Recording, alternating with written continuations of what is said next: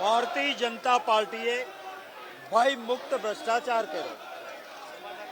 અમે સદંતર વિરોધ કરતા હતા કે આ બોન્ડની યોજના એ ભ્રષ્ટ યોજના છે।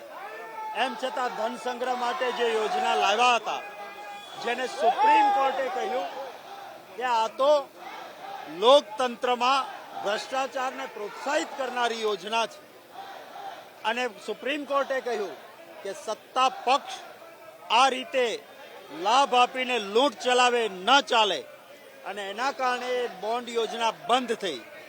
ત્યારે બીજી તરફ જેમણે જનતાના આશીર્વાદ અને લોકોના સમર્થનથી કોંગ્રેસ પાર્ટી એક વિરોધ પક્ષની અત્યારે ભૂમિકા ભજાવે છે, એ પણ ભૂમિકા ન બજાવી શકાય એટલા માટે કોંગ્રેસ પક્ષના એકાઉન્ટ ઉપર તાળાબંધી કરી।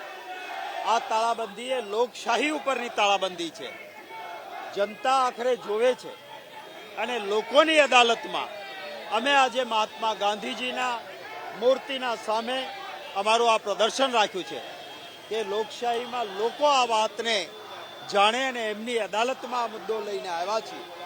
એક તરફ બેરોજગારી છે, મોંઘવારી છે, અન્યાય છે, ખેડૂતો દુઃખી છે, નાનો વેપારી બરબાદ થયો છે, નાના ઉદ્યોગકારો મુશ્કેલીમાં છે। ત્યારે જનતાના પ્રશ્નોને વાચા આપનાર વિરોધ પક્ષના એકાઉન્ટ ઉપર તાળાબંધી એ લોકશાહી ઉપર તાળાબંધી છે। એના વિરોધમાં અમારું આ પ્રદર્શન છે। ચોક્કસ અમારી ન્યાય યાત્રા લોકશાહી બચાવવા માટે, લોકોના ન્યાય માટે રાહુલ ગાંધીજીની યાત્રા શરૂ છે। ગુજરાતમાં પણ 5 દિવસ આવશે।